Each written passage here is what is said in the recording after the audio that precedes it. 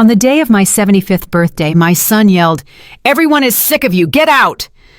His wife threw my festive cake onto the floor, but what I did next made the guests gasp, and the very next morning, my son's life was reduced to a disaster.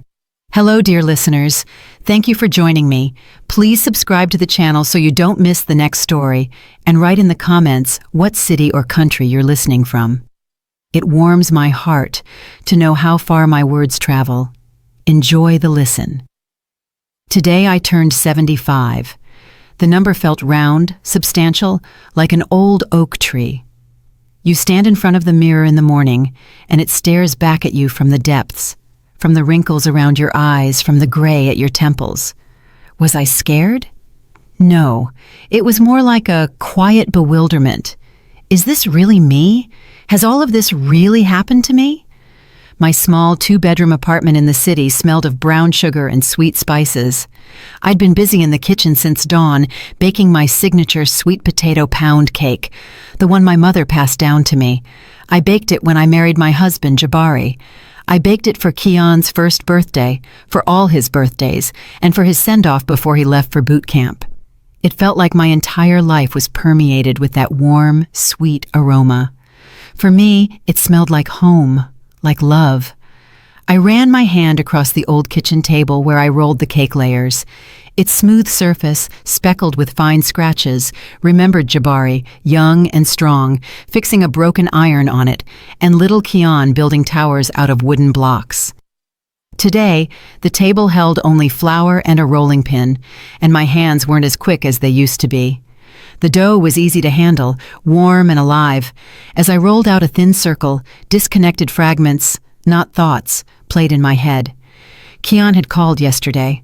"Mom, I need you to bail me out. It's urgent. The car needs a new part, a really critical one." His voice sounded so worried. How could I say no? I withdrew what I had saved for a rainy day, nearly my whole Social Security check, and gave it to him. "Thanks, Mom, you're the best," he'd said, rushing out the door.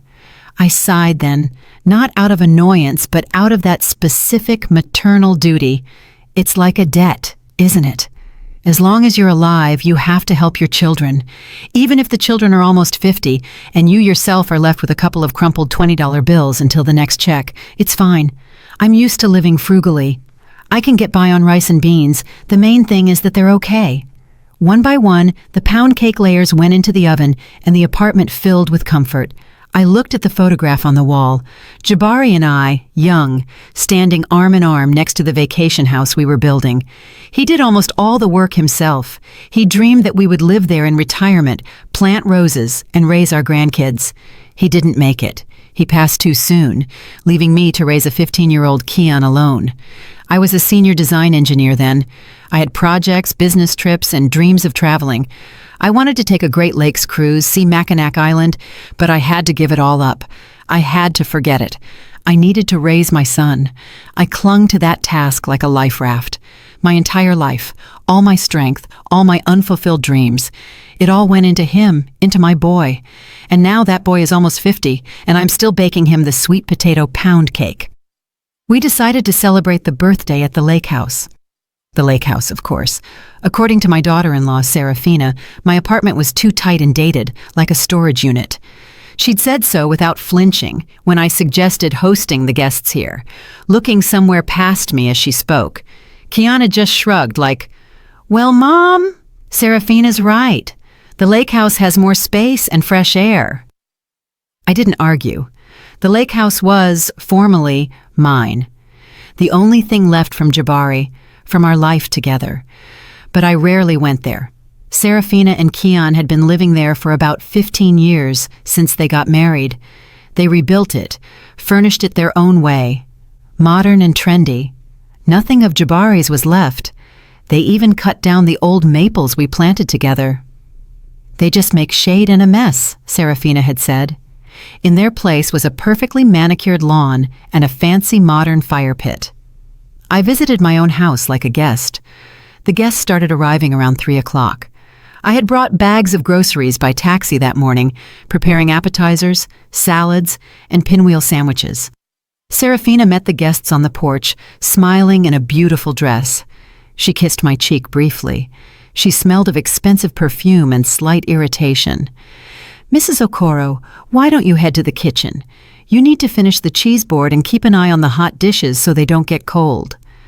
And I went. My birthday turned into a typical day of servitude. I stood in the kitchen, which I barely recognized, all shiny tile and built-in stainless steel, slicing cheese and meat, arranging them on platters. Laughter, clinking glasses, and snippets of conversation drifted from the living room. My name was only mentioned once, when someone shouted, "Where's the birthday girl?"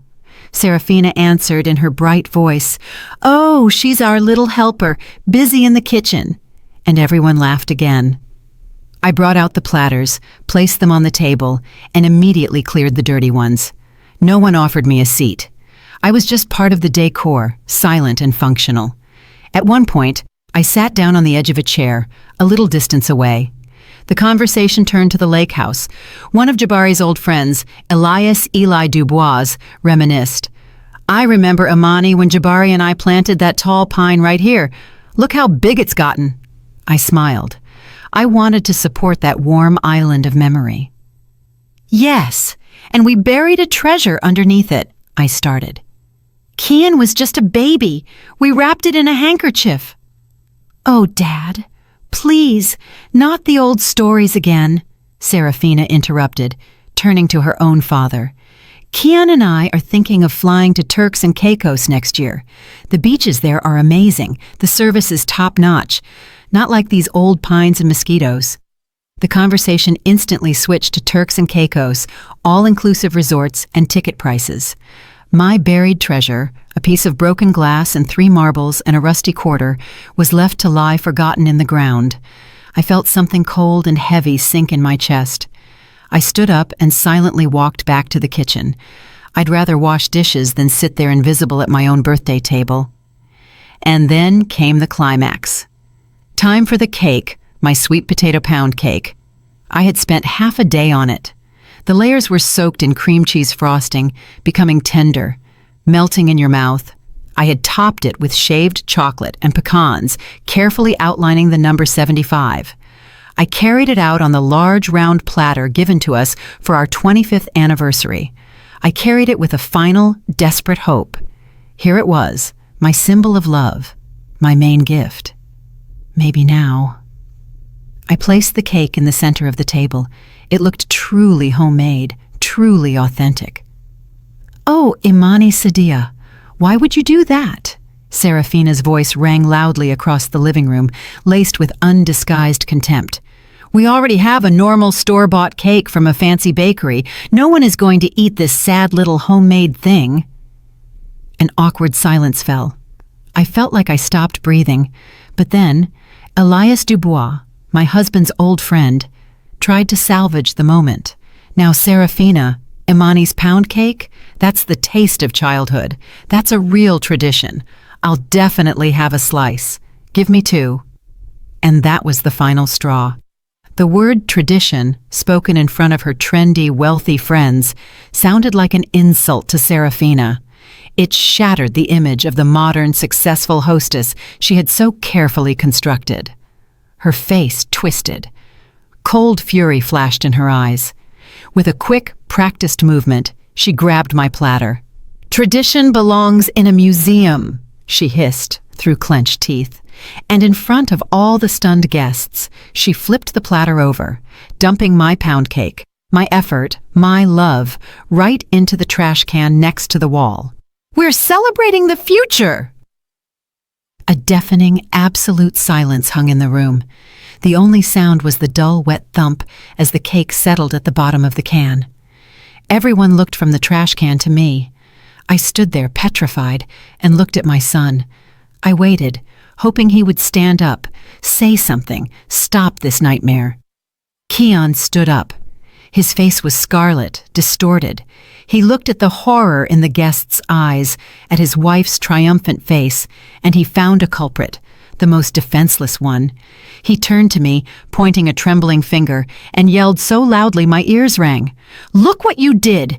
You've embarrassed us! Everyone is sick of you. You can't behave normally. Get out of here. Get out, I'm telling you. Everyone is tired of you." In that moment, something inside me didn't break. No, it just snapped, like a thin, overtaut wire that had been vibrating with tension for the last 50 years. It didn't snap with a loud sound.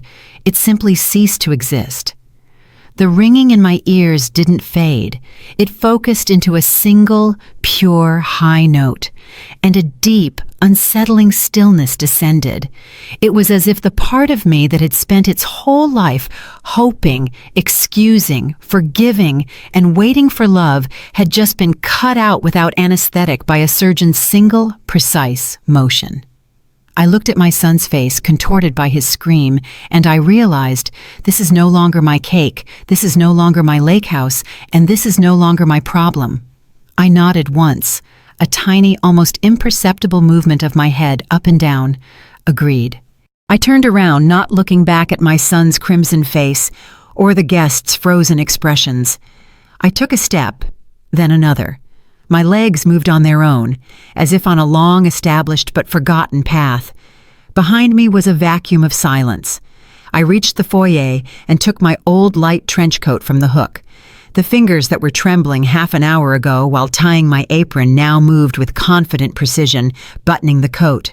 1, 2, 3. Everything in place. I put on my scarf, took my purse. Inside were an empty wallet, the keys to my city apartment, and a handkerchief. That was enough.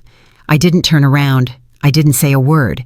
I simply opened the front door, stepped into the cool evening air, and quietly closed the door behind me. The click of the lock sounded like a period placed at the end of a very long, very exhausting sentence. I walked toward the bus stop, barely paying attention to the road. Streetlights snatched out of the darkness a lilac bush, a sagging fence. The world existed somewhere separate from me. Inside, there was only that high, pure note. It canceled out all feelings. There was no pain, no hurt, no anger. There was only deafening clarity. A battered old city bus rattled up. I sat by the window on the cold faux leather seat. Outside the glass, the lights of strangers' houses and the silhouettes of trees drifted by. And in my head, like an accountant closing the year-end books, facts were methodically and dispassionately sorted onto shelves. Not grievances, just facts. Here is fact number 1. My Molly gold pendant. A gift from Jabari for my 30th birthday. Heavy, honey-colored gold. I cherished it. About 5 years ago, it went missing. I searched the whole apartment, fretted, and even cried secretly. 6 months later, I saw it on Serafina's neck in a vacation photo. She was laughing, her head thrown back, and the sun sparkled on my gold. When I stammered a question, she casually replied, "Oh, I found this at an antique shop. Can you believe it? Almost identical." I knew she was lying, but I kept silent. Fact number 2. The money. How many times had I given them my savings? For the down payment on the car, for emergency repairs to the lake house roof, for good tutoring for my granddaughter before college. I lived on yogurt and bread so they could go to Turks and Caicos to help the kids de-stress. They never once invited me along. I was useful as an ATM, but not as a family member. I looked at their photos, tanned and happy, against the azure sea, and I told myself, the main thing is that they are all right. Fact number 3, the gradual erasure of me from their lives and from my own house. First, my pictures moved from the living room to the corridor by the guest bathroom. Then my favorite mug, the one I drank tea from when I visited, was accidentally broken. Then, Keon less and less often called me Mom, switching to the formal Mrs. Okoro, especially in front of Serafina's friends. It was like slowly scrubbing an old inscription clean to write a new, shiny one in its place. The bus jolted over potholes. I looked at my reflection in the dark glass, a tired, elderly woman in a simple coat. And trailing behind this woman was a long train of swallowed words, erased hurts, and one-sided love. A one-way street, and tonight I had reached the end. The gate had dropped. He said, "Get out." A son's wish is law. I would grant his wish, literally.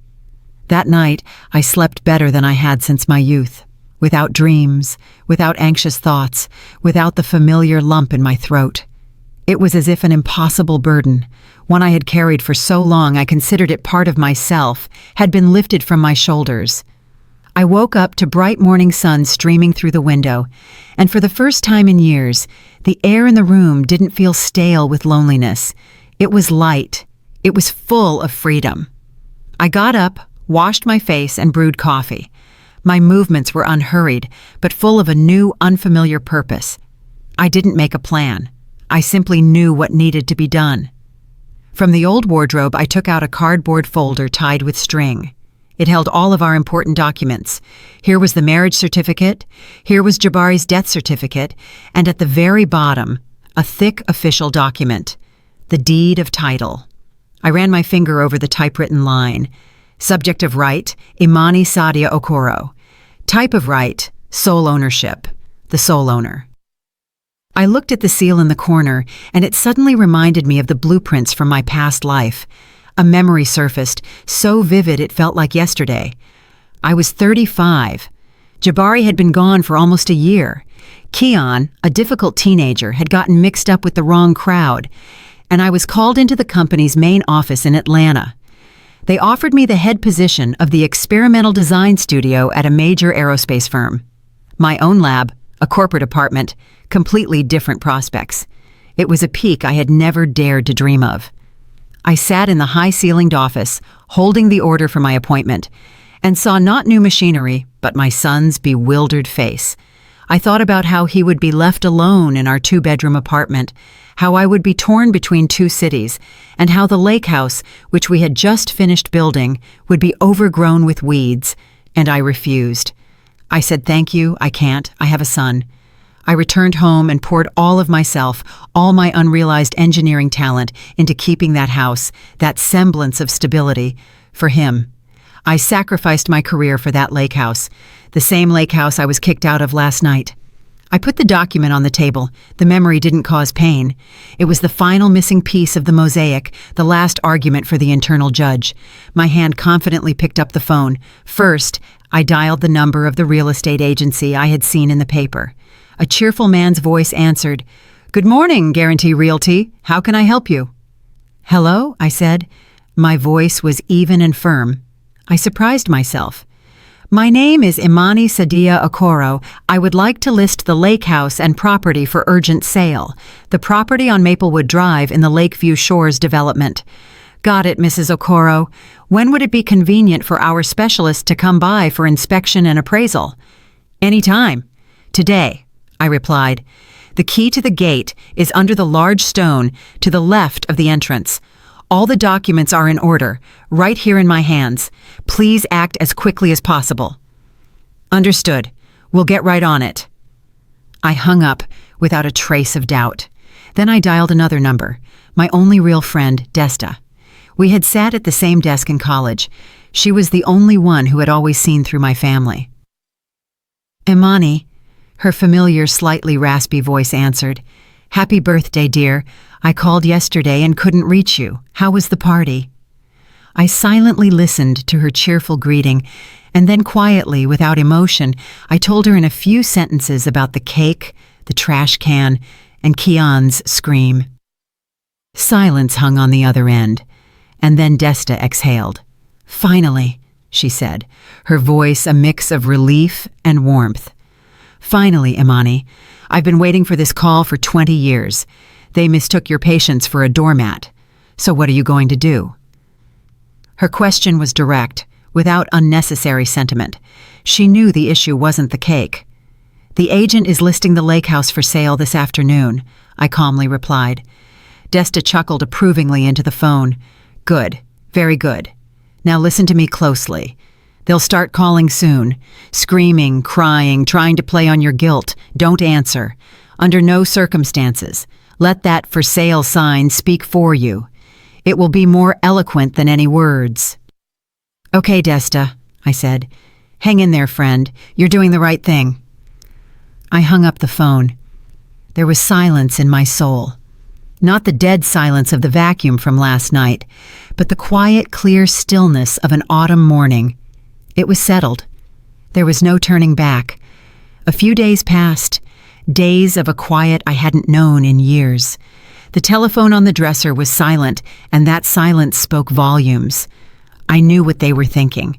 They were waiting for me to cool off. As usual, bake some biscuits, come with a contrite head, and apologize for daring to upset them with my existence. They were waiting for me to call and say, "Kian, son, forgive your silly old mother." This pattern had worked flawlessly for decades, but the mechanism was broken.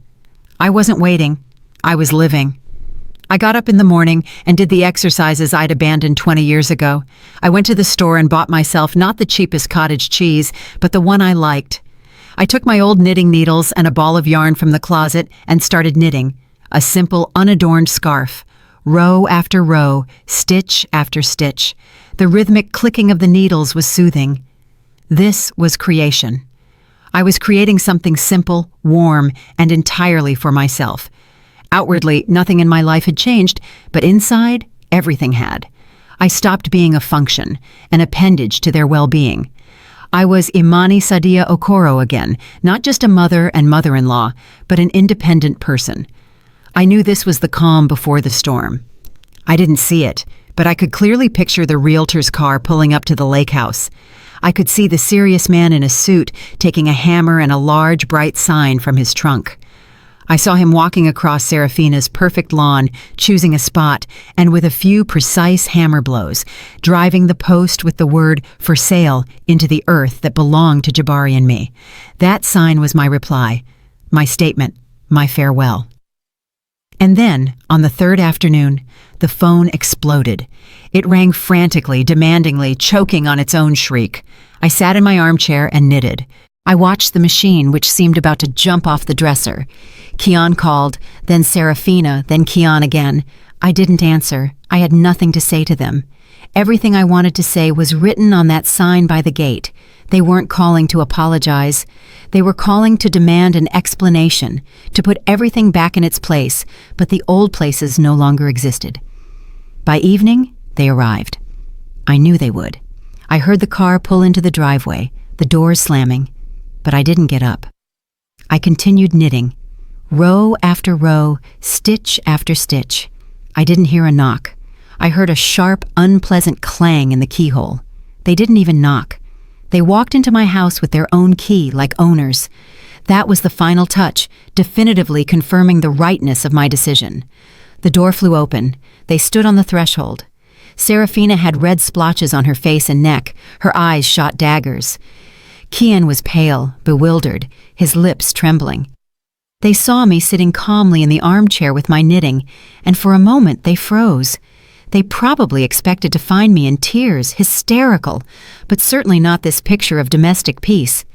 Serafina recovered first. She stormed into the room like a fury. "Have you lost your mind?" Her voice was shrill. "What is this? What kind of circus are you pulling? You've decided to ruin us, to throw your own son, your grandchildren out into the street." I was silent. I just lifted my eyes and looked not at her face, contorted with malice, but right through her. I didn't see rage. I saw primal fear. The fear of losing the beautiful picture she had so long and carefully painted at my expense. Kian joined in, choosing a different tactic, the soft, manipulative one that had always worked. He came closer, looking into my eyes. "Mom, what happened? Why are you doing this? Are you punishing us for the cake?" "Mom, I'm sorry. Serafina got carried away, but this is our home, our shared home, the home of our children. Where will we go?" The word "our" sounded especially hollow in the silent room. Our home, where I was relegated to the role of cook, where I was a source of shame, where my effort and my love were tossed into the trash. I let them talk themselves out. I allowed their shouts and pleas to hang in the air and die. I looked at my son, at his desperate face, and for the first time, I felt no pang of pity. Maternal love, it seemed, had drained out of me to the very last drop that night, on that birthday. Only cold, crystalline clarity remained. When they fell silent, exhausted, I placed my knitting on the small side table, neatly, without dropping a single stitch. And only then did I answer. My voice was quiet, but in the ringing silence of the apartment, it sounded like the blow of a hammer. "This is not your home." They both flinched. "This is my property," I continued, just as evenly, looking Keon straight in the eye. "A house you have lived in for free for 15 years. I never asked you for rent. I never asked you for money for the taxes. I only ever gave." "But I'm your son. You're my mother," Keon stammered. This was his last trump card, thrown onto the table. I slightly inclined my head. My gaze, I knew, was unfamiliar to him. It contained none of the maternal warmth he was accustomed to. "The mother everyone is sick of," I said, quoting his own words. "The mother who embarrasses you. The mother who should get out. Remember, Keon, you asked me to leave." He recoiled as if I had struck him. "And I am finally granting your request," I said, and my voice, perhaps for the first time in my life, acquired the hardness of steel. "I am leaving completely. You see, my old-fashioned cake, my old lake house, my savings, all of these are parts of me. They are all connected to me. And since you don't need me, you won't get any of it." They stared at me like I was a ghost. They couldn't believe these words were coming from their quiet, compliant, always available mother and mother-in-law. Serafina opened her mouth to shout something, but no words came out. Keon just stood there, silently gulping air. I stood up from the armchair. "The decision has been made. The agent has all the instructions. He is already looking for buyers. You will need to provide access for showings. You have 30 days to find yourselves a new place to live and move your things out." I said this and knew I had nothing more to add. Everything had been said. I walked past them to the window and looked out into the yard, at the old bench where I once sat with Jabari. I didn't look at them, but I felt their world crumbling. A world built on someone else's foundation. My real world was just beginning to be built. They left, leaving behind a heavy residue of confusion and anger in the air of my apartment. I felt nothing but silence. I walked over to the phone and pulled the cord out of the wall. No more calls, no more screaming, no more accusations. Everything that needed to be said, I had said. Everything that needed to be done, I had done. The following weeks were strange. The echoes of their crumbling world reached me like a distant sound. A couple of times, Serafina's frightened mother called, incoherently begging me to reconsider and have mercy on the children. I politely replied that I had had mercy on them all my life, and now it was time for them to take care of themselves. After the second such call, I stopped answering her too. One day, Desta called. Her voice was sympathetic, but without a hint of judgment. "I saw Serafina at the county health clinic yesterday," she said. "She doesn't exactly look like the Queen of Turks and Caicos. She's aged 10 years. They say they moved out and found some run-down 2-bedroom rental across the county line. Keon took a second job stocking shelves at night, and she's running around to interviews. But after 15 years of being a house manager, no one's really hiring her. They're fighting terribly, they say." I listened, and I felt neither schadenfreude nor satisfaction. There was only a feeling of inevitability. It was like watching an autumn leaf break from a branch and fall to the ground. Its flight might be long or short, but the ending is foretold. They detached themselves from the branch that nourished them. I wasn't the cause of their fall. I was merely a condition that they had stopped fulfilling. The lake house sold, surprisingly fast. Buyers were found almost immediately. A young family who, according to the realtor, fell in love with the place at first sight. On the day of the closing, I sat in the agency's office, signing the papers. My hand didn't tremble. When the sum of money with so many zeros, a sum I couldn't have imagined, was deposited into my savings account, I felt no euphoria. I felt weight, a pleasant, substantial weight of possibilities. This wasn't just money. These were the years of my grounded life. This was my unrealized career. These were all the dresses I hadn't bought and all the retreats I hadn't gone to. It all came back to me in the form of a bank transfer. The first thing I did was sign up for a high-end hearing center. I had been hearing poorly in one ear for years. but I always dismissed it as too expensive or something that could wait. They fitted me with a small, almost invisible digital apparatus. When I stepped outside and turned it on for the first time, I froze. I heard the crunch of leaves underfoot, the chirp of a sparrow high above, the faint hum of power lines overhead. The world crashed down on me in an avalanche of sounds I had long forgotten, and I cried for the first time through this whole ordeal. But these were tears not of sorrow, but of rediscovery. Then I bought a coat. All my life I had worn something practical, stain-resistant, gray or black. But then I saw this one in a store window. A trench coat of deep, saturated royal blue, the color of the Mississippi River at dusk. It was completely impractical, but incredibly beautiful. I went in and tried it on. It fit me perfectly, and I bought it without a second thought. When I walked out onto the street in that new blue coat, I felt like someone else, not an old lady seeing out her days, but a woman. Just a woman. And then I fulfilled my oldest, most cherished dream, the one Jabari and I had held on to. I booked a 10-day Great Lakes cruise from Chicago to Mackinac Island. I remembered how we had saved for that trip, and then all the money went to Keon's college tutors. "It's okay, Imani," Jabari had said then. "Our son is more important. We'll still get there." We didn't get there. And before leaving, I did one more thing. I found the number for a community college online and signed up for an introductory course in textile design, batik. I suddenly desperately wanted to return to where I had started, to take fabric and dyes in my hands and feel the pattern being born under my fingers again, to feel harmony emerge from the chaos of color. And so, here I am. I'm standing on the deck of a pristine white ship. The cool river wind ruffles my new scarf, and I pull my blue coat tight around me. The green shores, the golden church domes, and small towns drift slowly past. The ship glides smoothly, cutting through the water, leaving a long, foamy wake behind the stern. In my hands, I hold a sketchbook. I open it to a clean page. Colored pencils lie beside me. I look at the ripple on the water, at the play of light and shadow, and my hand begins to trace a pattern on its own.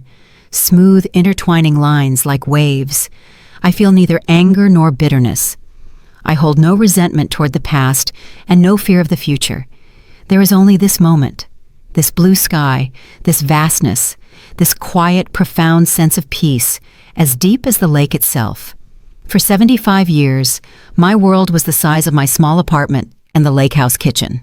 I gave away my life, my money, and my heart. They took it all and threw it on the floor like that cake. But on those ruins, I didn't try to restore the old life. I simply walked away and began to build a new one, and it is all mine. Thank you for staying with me until the very end. If this story touched you, please give it a like and write in the comments if you or your loved ones have ever faced similar disrespect. Your support means a lot to me. Subscribe to the channel so you don't miss new stories. Be well, value yourself, and live for real.